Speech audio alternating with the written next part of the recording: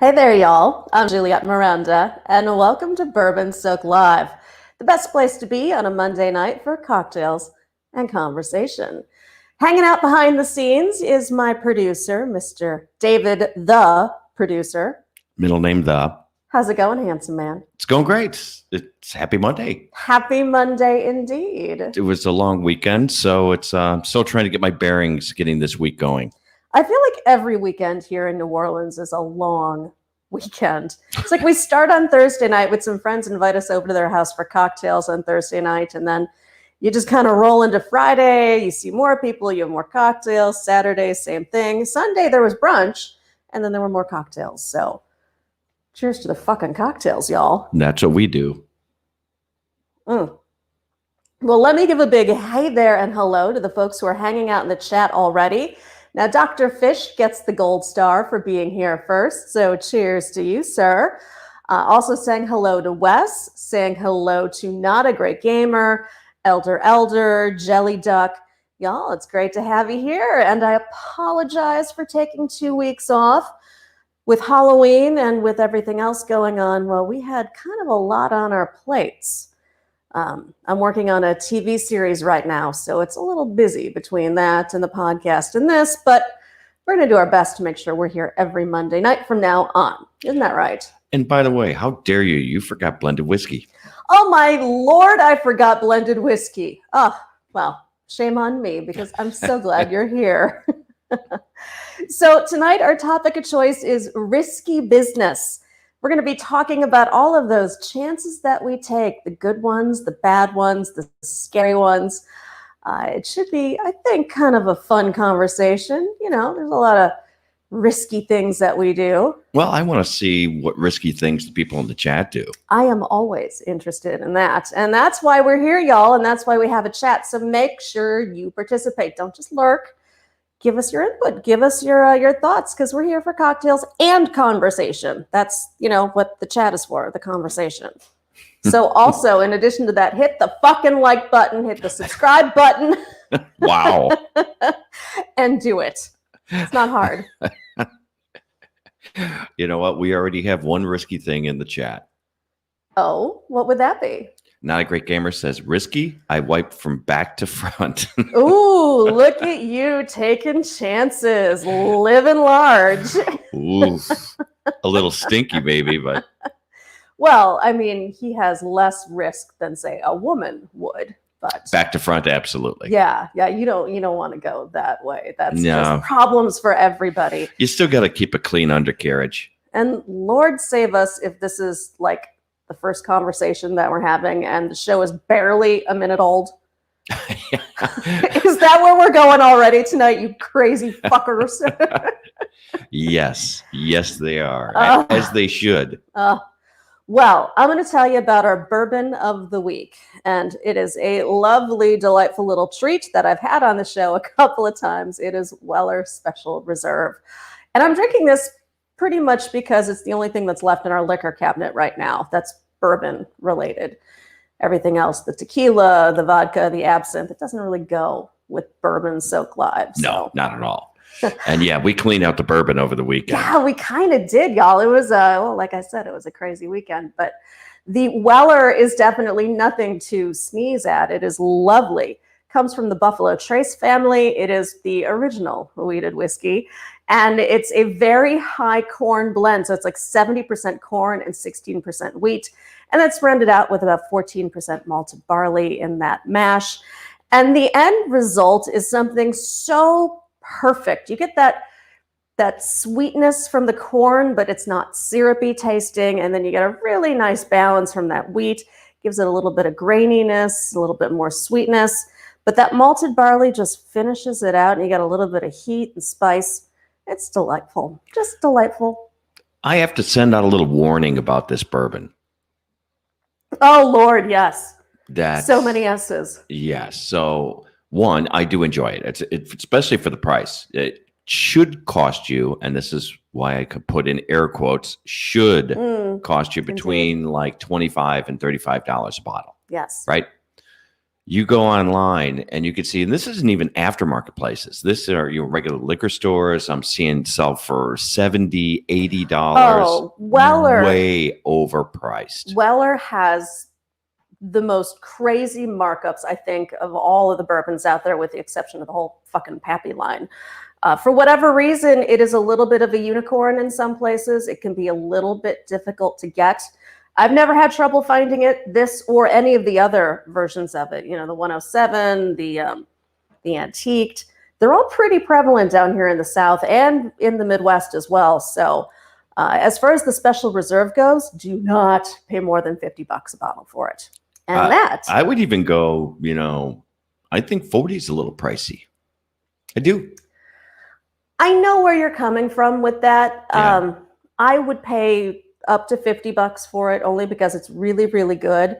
But I know it's not, you know, exceptional. Now, would you pay $50 of your money or my money? I thought they were the same thing. Damn it. So what do you say, before we really dive into things, we get into what hashtag Bourbon Soak Live is?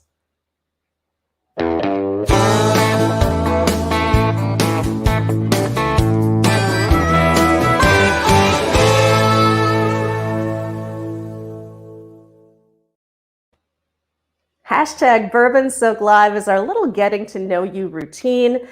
This is how we, share ourselves on the internet, because clearly there needs to be more of that in the world. What you do is you snap a photo of yourself watching the show, snap a photo of what you're drinking, or hey, get creative and make us a meme, and then post it to Twitter using the hashtag Bourbon Soaked Live. Now, we have a couple of Bourbon Soaked Live entries to show from our friend Blended Whiskey. He is our traveler extraordinaire, and he is out on the town and doing all sorts of stuff this week. I think I last saw he was in Colorado. Yeah, it's hard to tell. It's hard to tell, but he had a lot of great, he said, let's see, we started with cigars, small hatched broken top mountain whiskey, which sounds cool. I've never heard of it. Love it. Then broke out the 95 down. Jeez. Whoa, living large, sir. I love it. That's crazy. And the lovely Mrs. Bourbon Whiskey, or Blended Whiskey. That's right. I'm assuming. She's always in your photos, so. Either that or someone is continually just photobombing him. Just like photobombing him with their own glass of beer or bourbon. That's hysterical. Yeah, you guys are looking good. Thank you so much for sharing your photos on the Twitters. I love seeing your travels. You guys are the best. This is the saddest one of all, though. Oh, they're empty glasses. I know. Yeah. Oh, look at this. Oh, that one made me so sad. I know. And a little twitchy. Tear.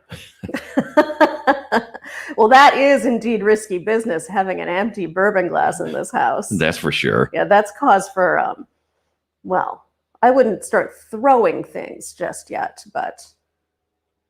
You get twitchy. I get twitchy. Yeah. Who doesn't get twitchy when they have an empty glass? It's just sad. So cheers to you, Bourbon Whiskey. And y'all, make sure you snap those photos. You call them Bourbon Whiskey again.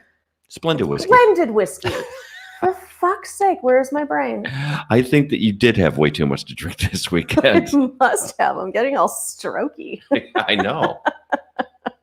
Motherfucker. All right. Well, anyway, Blended Whiskey. You are awesome. Thank you. And the rest of you, snap those fucking photos and post them on Twitter using my hashtag Bourbon Soak Live. You're really demanding today, too, I noticed. When am I not? Just saying. Right. Exactly. Oh, we got Jimmy C and friends in the house. Well, hello, Jimmy C and friends. It's nice to see you here tonight. So you are just in time, because we're about to start talking about risky business.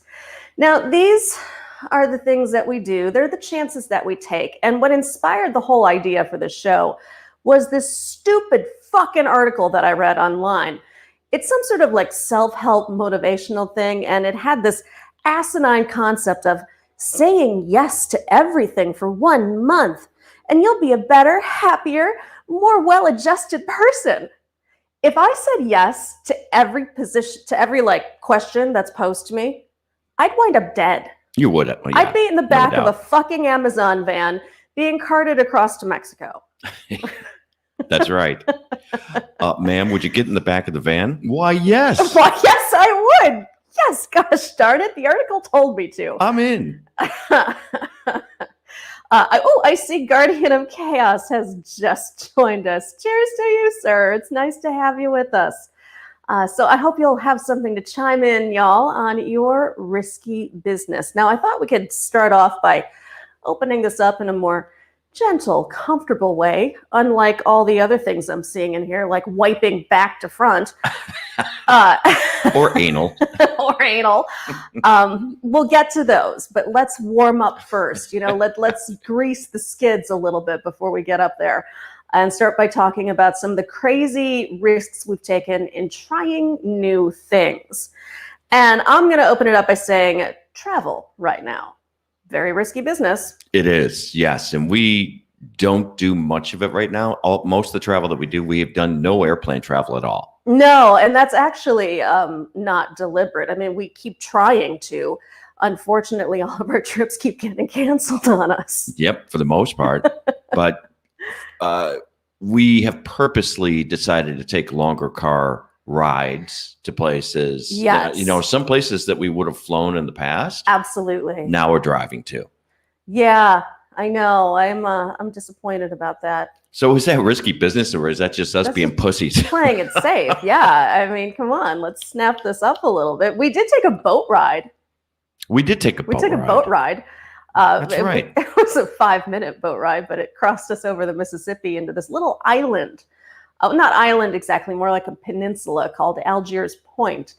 Very sort of Charleston reminiscent, I think. Like South Carolina, New East England Coast, seaboard. New England, yeah. Yeah. That would be very something that Jimmy C would instantly recognize. If he went over to that side, he'd say, "Oh, this looks like New England." It really, really did. And what was a little creepy was just how quiet it was. It was Stephen King quiet. It was like weird, fucked up Stephen King town where there's not even like a cat walking across the street. And we're walking through this little quiet residential neighborhood. We see no one, not a single goddamn person. And we're thinking we're going to die. I mean, truly, anything could have happened to us and we would have just vanished from the face of the planet. It almost happened, at least in my head. I thought that someone was going to wrap a couple bags around our head and throw us in a back room. They certainly could have. I know. Fortunately, the brunch spot we found was delightful. Very true. Now, Elder has something that he did that was very risky. Whoa, riding the bike to Amsterdam District when I was 13. You are my hero. That's spectacular. Now, obviously, you lived. He was living in Indiana at the time. Oh. It was a far ride. I gotta know. I mean, did anything weird happen to you while you were out there? That seems like it would definitely be something you'd want to be cautious about. Yeah, 13-year-old on a bike in Amsterdam. Well, first of all, Amsterdam is just riddled with bikes. I mean, that's crazy. The real danger is walking across the street in Amsterdam. It's not the cars that'll kill you; it's the fucking bikes. The fucking bikes will kill you. Yeah, there's not a lot of car traffic, but man, those bikes are brutal. Yeah. So you gotta. If a bike doesn't kill them, hookers probably will in Amsterdam. I've seen Hostel. I know how these things work. Exactly. He says, picture windows and the fat woman let me have it. It was 1967. Wow. You went to the red light district. Good for you. Oh, that is awesome. It's crazy how different things are now. Like even when I was a teenager, when I was 13, I used to take the train by myself from the suburbs of Chicago into the Loop, into downtown Chicago. Just, for fun, had nothing else to do. I'd hop on a goddamn train and ride like 45 minutes into the city and just hang out down there. And I can't imagine any kid doing that these days and not having the parents arrested as a result of it. What I used to do, because, obviously I was poorer than you when you were growing up, that instead of riding the trains, I would walk the train tracks.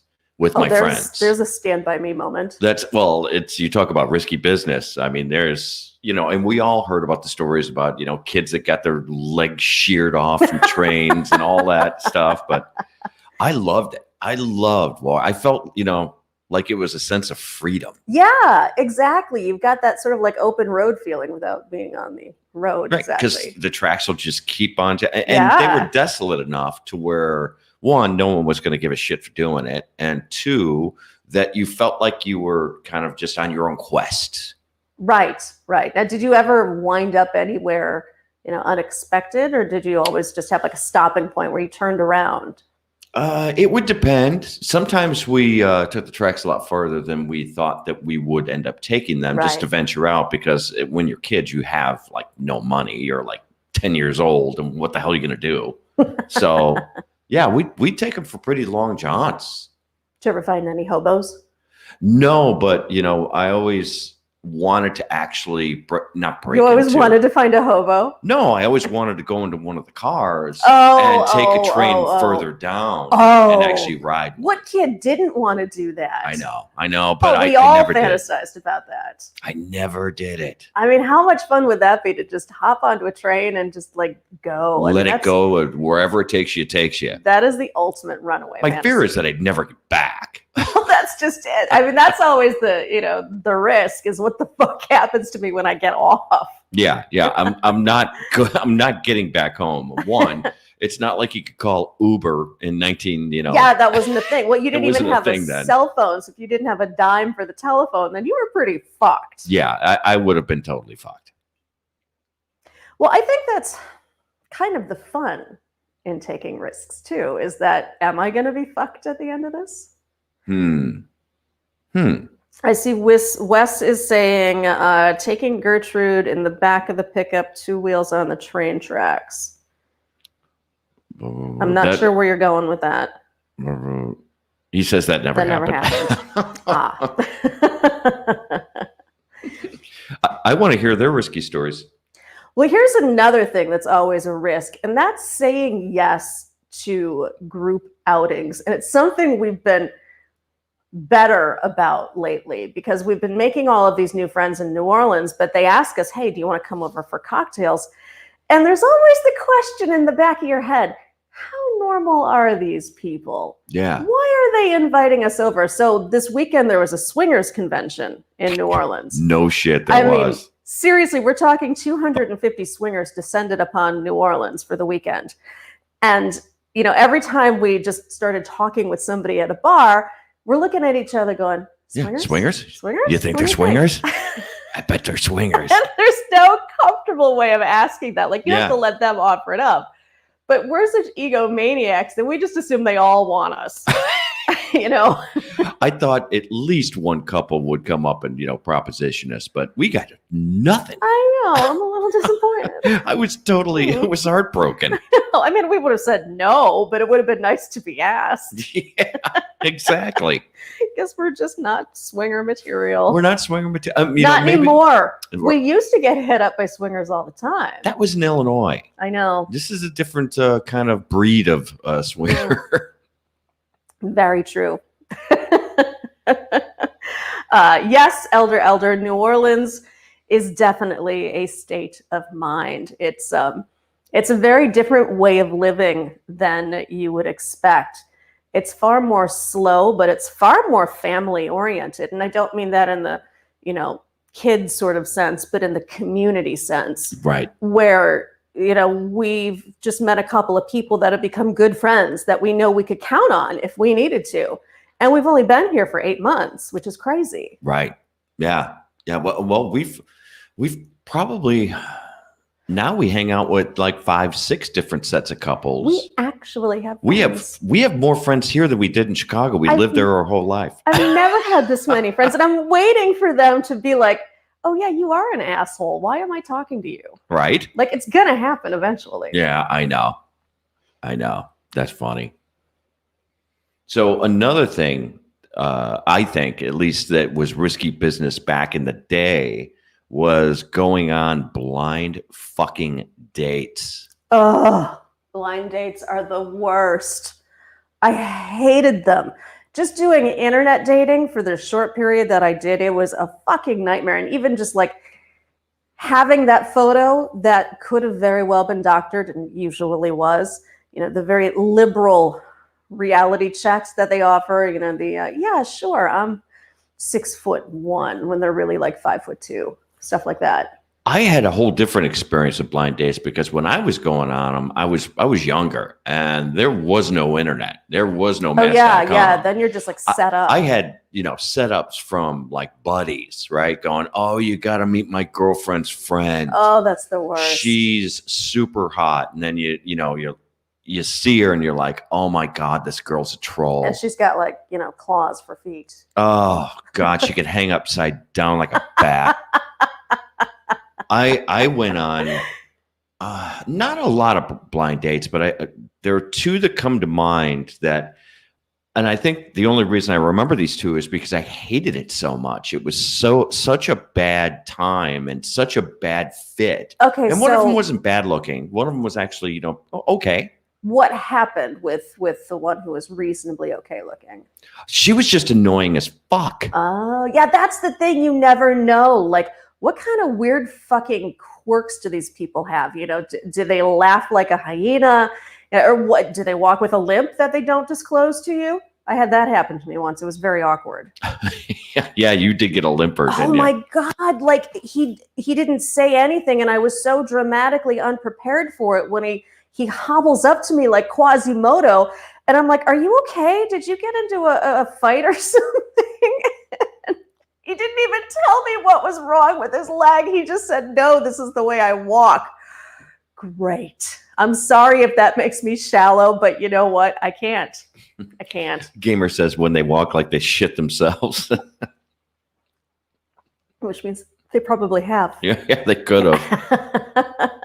Now, I see Elder has asked if we've met any movie stars, and I'm assuming you mean out here in New Orleans. And No, we haven't met any. We've heard. Well, we're friends with someone that runs a hotel out here. Yeah, and they're filming something they film right TV now. series out here all the time. There's that one. What is it? NCIS or something? NCIS, yeah. Whatever that is. I think that's how you say it. Yeah. I don't know. They're always out here filming. Yeah, but no, we personally haven't met any. No, and they're not shooting a whole lot of stuff out here right now. No, so. Yeah, with the whole, with the COVID, Right. they're not shooting a lot out here right now. In LA, Definitely nothing exterior wise. No, oh God, no. But in LA, I met a shit ton of movie stars. Nearly killed one of them. Didn't you tell that story on there? I probably did. I think you did. My bicycle encounter with Steven Spielberg. Oh yeah, you did. He went down. Yeah. I also stepped on Jack Nicholson's foot. Oh, that's true. I nearly put my spiked heel through his foot. And he was very cool about it too. He was just like, that's all right. And that was the end of it. Yeah. Yeah, but no, we have not met any stars out here. No, I don't really think New Orleans is that kind of town exactly. Only when people are shooting stuff. Yeah. I don't think people really hang here. More in the Garden District. It's a little bit more quiet. I know a few people with homes out there. Right. But yeah, French Quarter is a little too crazy for him, I guess. Nick Cage even let his house go to taxation. Yeah. Nick Cage doesn't even live here anymore. Mm-mm. Although I don't blame him. I mean, the La Laurie Mansion, although it's beautiful, it's such a tourist attraction. I don't think I could handle living in a place where you've got, 75, 80 people every hour standing on your corner looking up at your house. Yeah, that would drive me insane. It's just fucking weird. Right. So let's see. What is Guardian of Chaos saying? It was very odd. What's he referring to? Did I miss something? I don't know.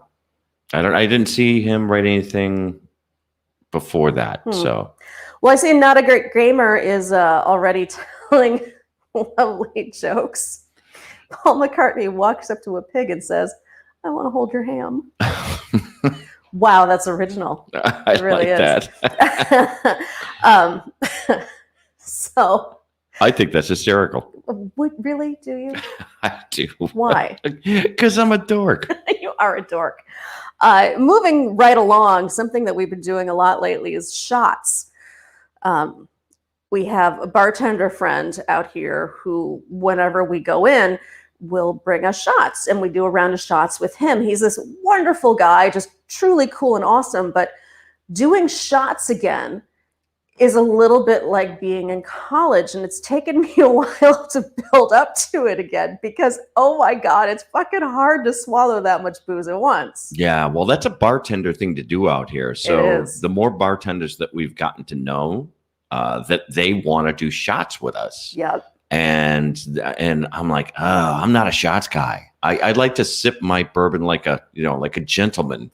It's easier. What's the one he gives it? What is it, like Mallorca or something like Malort. that? Malort? I think it's Malort. I don't know, but it's considerably easier to shoot. It's a little bit more sweet, a little spicy, almost like a cordial, I think. Yeah, it is. But that I can shoot. But I'm saying this because it's always an impulsive, risky decision to try something new again, particularly when it's related to, say, booze or weed or drugs. And we certainly have a lot of access to all of that out here. It's kind of amazing. People just that we hang out with are like, oh, hey, I got some weed. You want to go smoke some?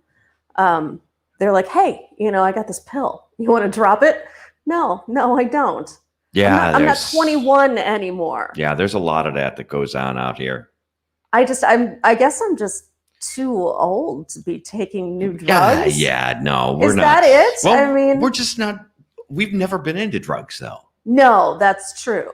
But there was a time when I might have been like, fuck yeah, I'll do that. Yeah, I know, but we're smart enough now. Is that what it is? Yeah. Smart? Well, I think it's just that, that's a little bit outside of the risky business line in the sand for us, right? It's like, yeah, I'd rather not.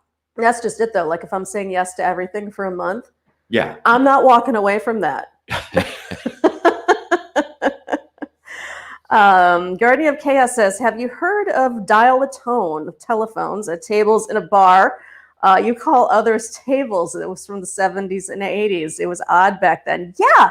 I remember that, actually. I never did it, but I had an aunt who did it. It was almost like speed dating, but not quite. Right. Very weird setup and premise. The premise is very weird. I could see that being good for people that, are at a bar that are just not very, good at, they're socially awkward. Yes. If you are bad at approaching somebody, I think having the telephone as your buffer would be a huge relief. You know what I would do? I would just call other tables and just dead eye them and go, hey, what are you wearing? No, I would ask if Mike Hunt was there. Have you seen Mike Hunt? That's awful.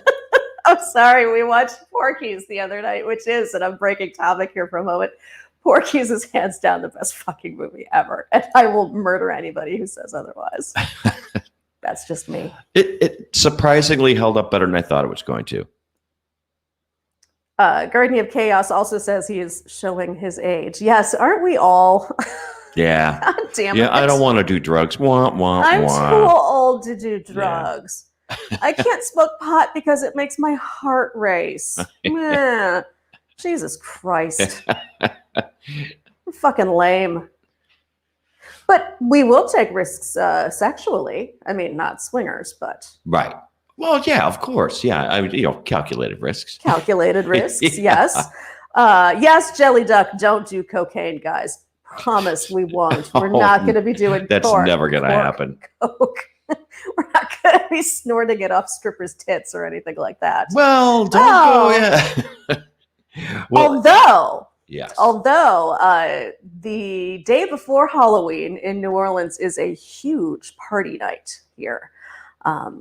We decided to go out on the town, wound up on Bourbon Street, and all the bars were just like, fuck the rules. They had bands playing, people dancing, and we decided to take a calculated risk and hit one of our favorite night bars where there was a band playing.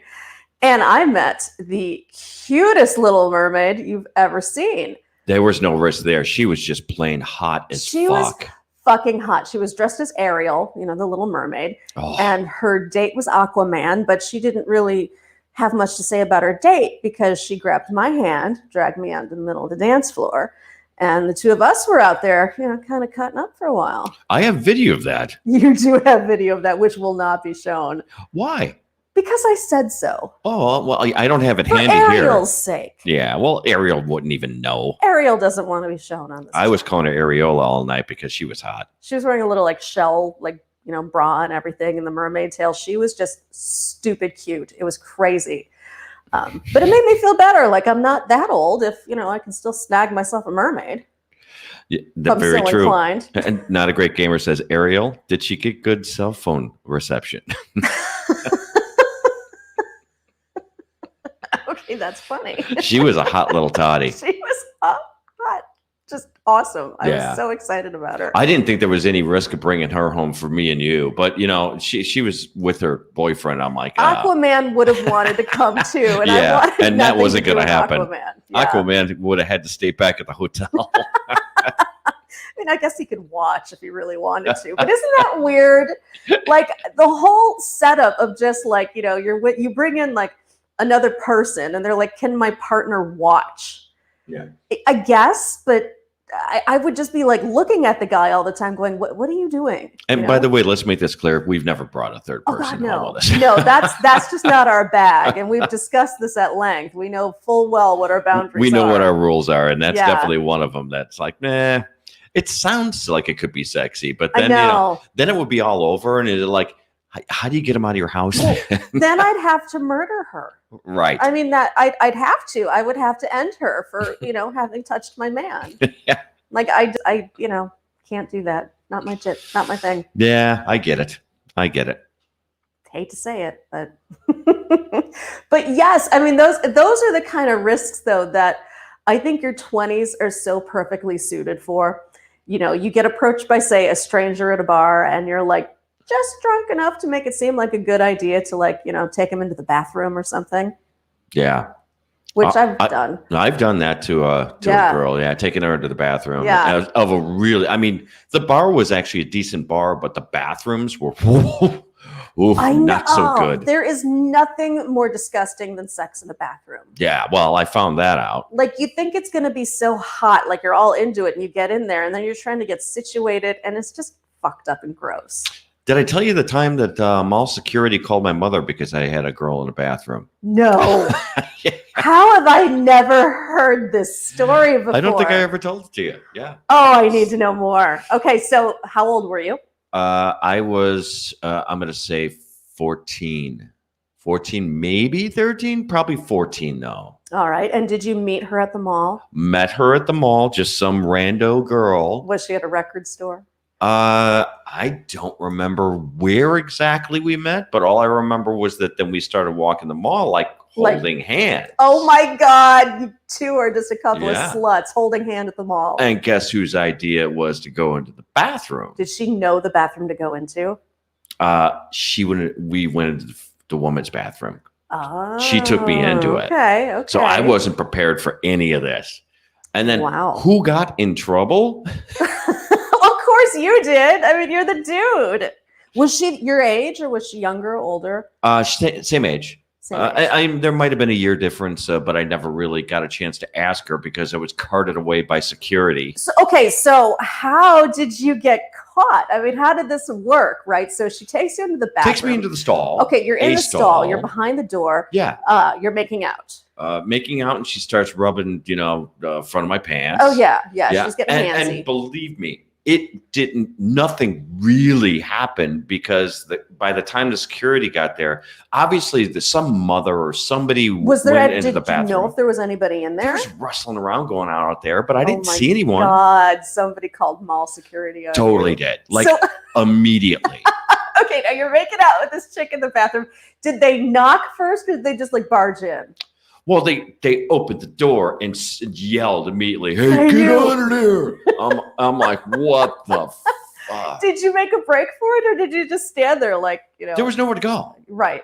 There was no one making a break for it. Okay. Oh, and my friends who were there who went to the mall food court, waited for me for all this stuff going on. They were laughing their balls off. Of course they were. No, wait. So they called your mom. Did your mom care? Did she say she did not lock him give up? two shits? She was just pissed because she had to come drive there to pick me up. Oh my God, they made your mom come and get you. Yeah, Chicago Ridge Mall. That's Never so forget it. Stupid. Oh, yeah. Wow. What happened to the chick? Never saw her again. Did they call her parents? They separated us, so I don't know. Oh. Had no idea where, because I went in one room, she went into another. That's the last I saw her. And believe me, I went back to that mall quite a bit looking for her again. The next time I'm thinking, in my head, I'm like, safer place.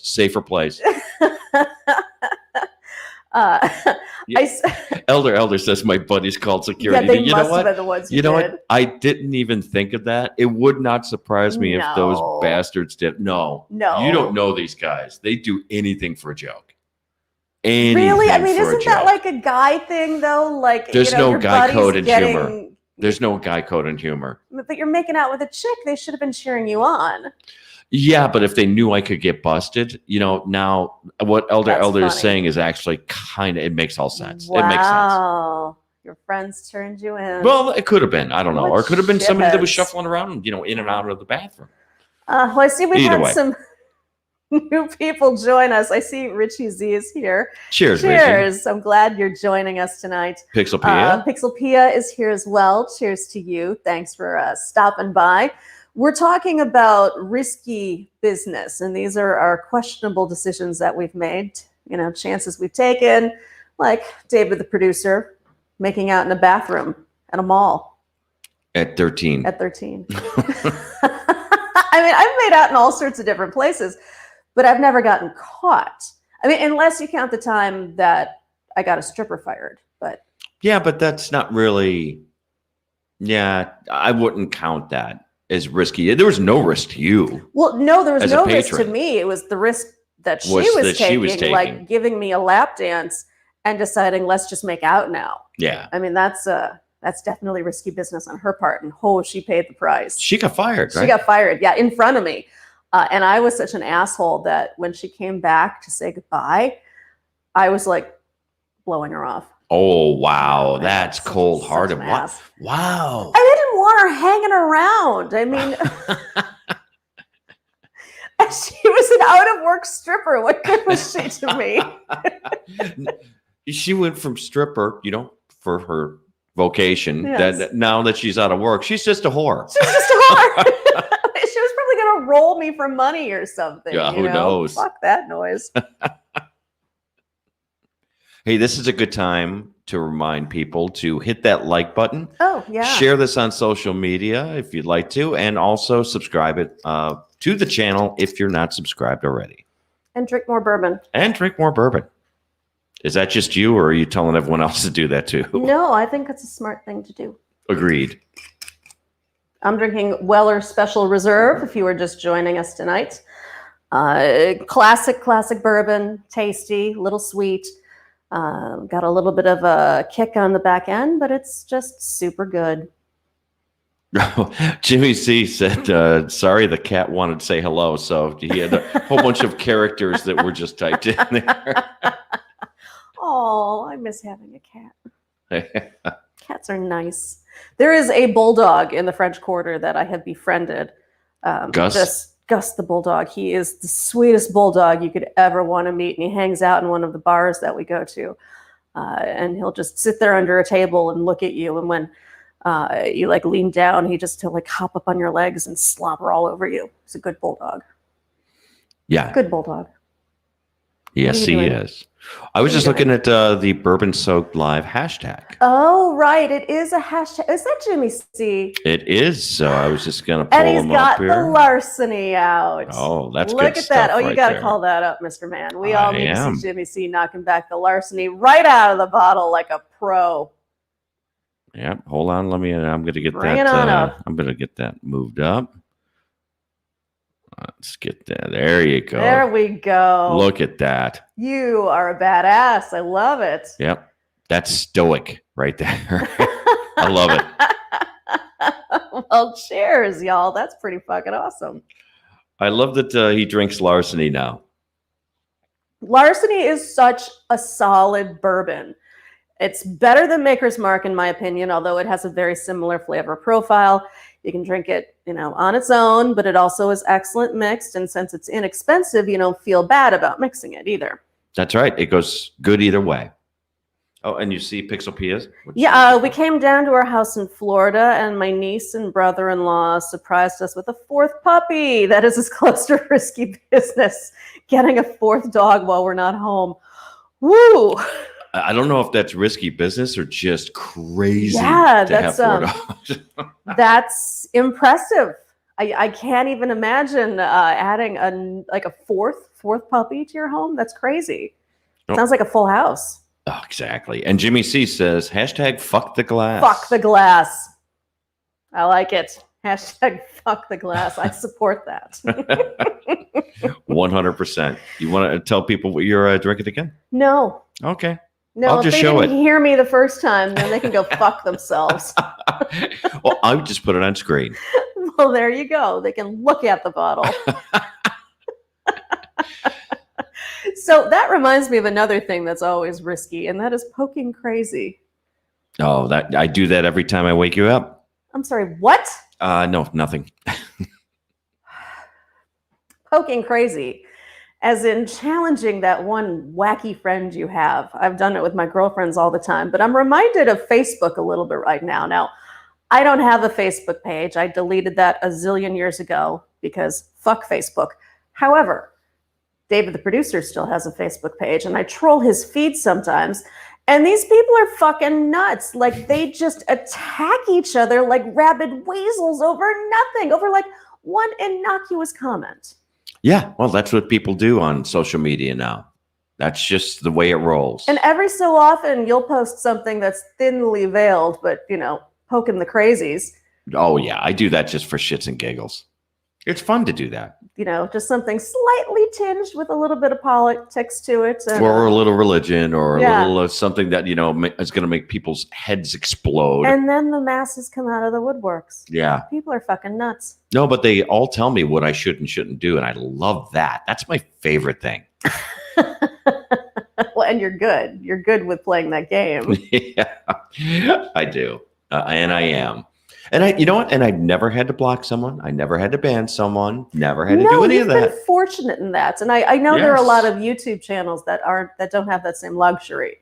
True. Where you get those couple of crazy people in the chat that you just kind of have to get rid of forever. Yeah. But yes, I'm seeing Pixel Pia saying Facebook is crazy heaven. Jimmy C, I love stirring the Facebook pot. Is this like a game now that just everybody plays deliberately? I think people, just like to get a reaction, and I'm one of those people. But sometimes I just want to get a reaction just to see how people handle the information. How far you can push them. Yeah. Yeah, Pixel Pia, you're right. If you say your favorite color is whatever, then you get a storm going. Exactly. Like, who the fuck cares? Why do you have, and that's, I think, my biggest problem with social media is the need to just fucking chime in on everything. Ugh. People will be able to sleep better knowing that my favorite color is red. No one gives a flying fuck. But everyone has to say what it is. Well, that's the game we all play with social media. I post stupid shit on Twitter. I posted a picture of my dinner today. I mean, really, who gives a flying fuck about what we had for dinner? No one cares. But it's part of this whole, algorithm game. Like, you need to post a variety of things to make sure Twitter doesn't decide you're suddenly a bot. I realize nobody gives a fuck about my dinner, but it's this weird thing that you have to do. I know. You just can't help yourself. No, well, I have to do it. I know this. I get it. I totally get it. Fucking social media. I'd love to ditch it all entirely, but then that would mean that it's like I cease to exist. And I kind of need to exist since I kind of need people to listen to my podcast and read the shit that I write. So... and Elder says, and the negging game. What's the negging? Negging. Is that just like egging negative, someone on? Or is that the negative thing? I don't know. What that is? I don't know what the negative. Yeah, I don't know what that is. Is that like Juliet? I did that today too, but on Facebook just as a tease. Right? Exactly. You do it just as this little game that you play. It is fun.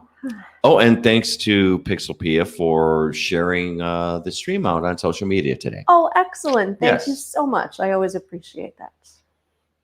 Everybody else can go fuck themselves. I don't mean all of you. I mean the people who didn't do that. And the people that aren't here. And never mind that I just said social media is bullshit because I'm telling you right now to share my stuff. So, ugh.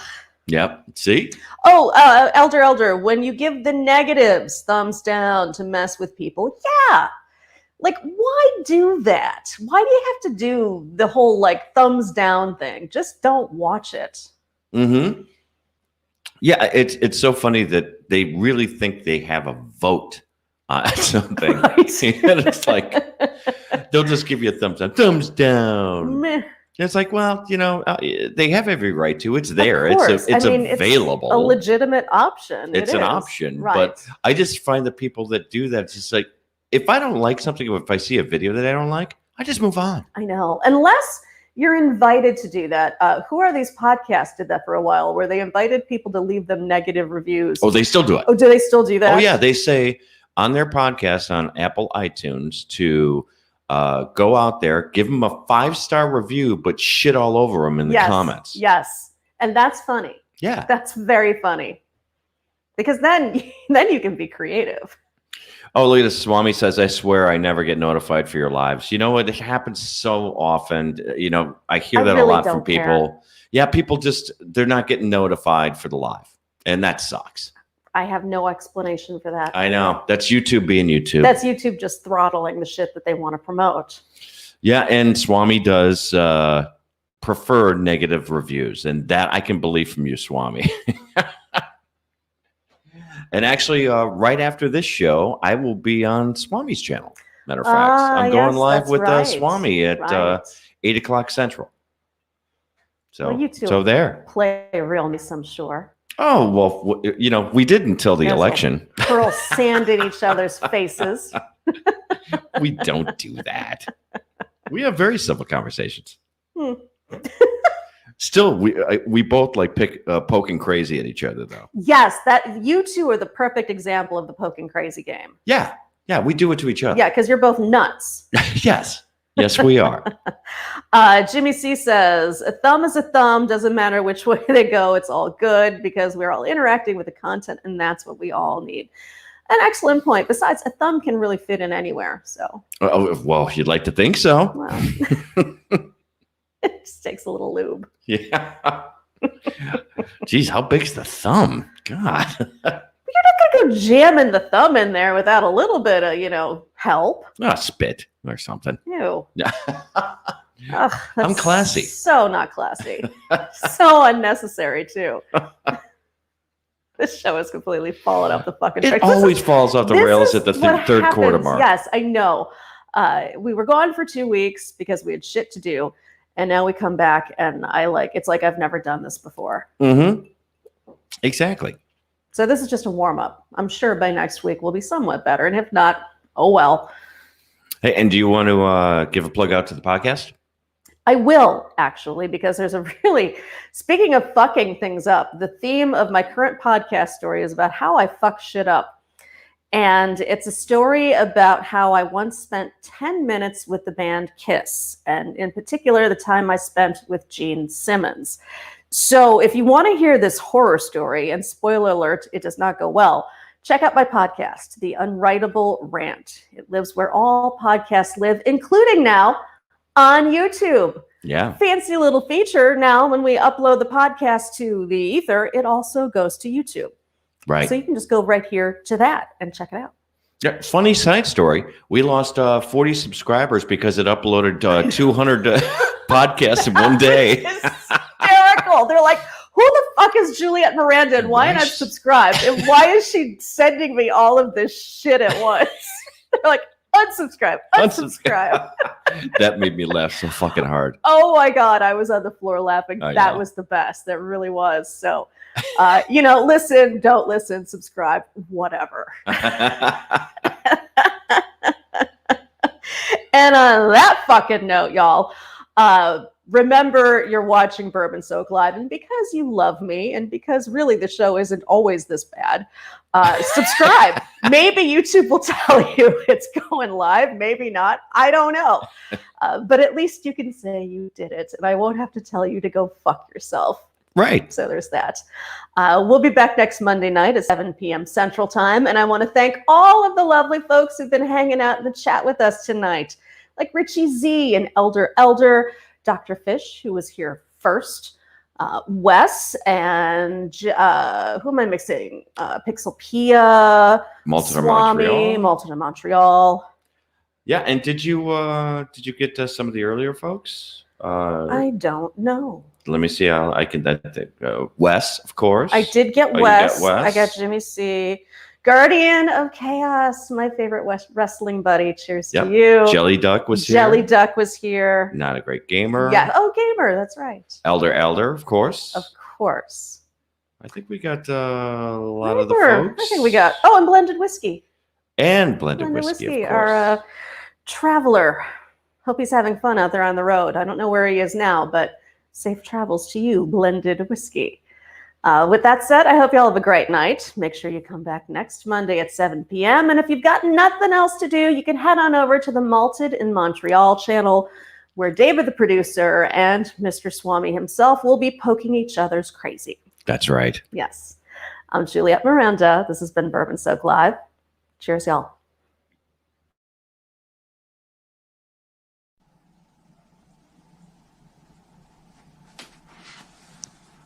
You're still here?